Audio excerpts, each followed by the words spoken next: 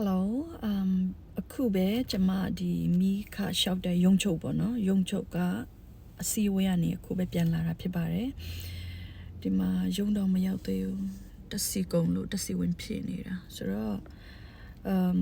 မီခါလျှောက်ဖို့လက်ခံပါပြီလို့မီခါစာလျှောက်လို့ရပြီเนาะကျမကိုမေးကြတယ်မိခါလျှောက်လို့ရပြီလားဆိုအခုရပါပြီဒါပြီး appointment နဲ့ပဲလက်ခံမယ်เนาะ appointment နဲ့ပဲလူကအများကြီးဝုန်းတိုင်းနဲ့ဝင်လာလို့ရှိရင်မနိုင်လို့လေအဲ့ဒါကြောင့် appointment နဲ့ပဲလက်ခံမယ်များသောအားဖြင့်ကျမဒီ February March နဲ့ April အစောပိုင်းပေါ့เนาะအဲ့လောက်အတွင်းကိုလက်ခံမှာဖြစ်တဲ့အတွက်ကြောင့်လောနေကြမလို့ဖြစ်ချင်းလျှောက်လို့ရပါတယ်ပြီးတော့တနင်္လာနေ့ဆိုရင်တော့ appointment ပေးဖြစ်မှာမဟုတ်ဘူးဘာကြောင့်လဲဆိုတော့ကျမတနင်္လာနေ့ကို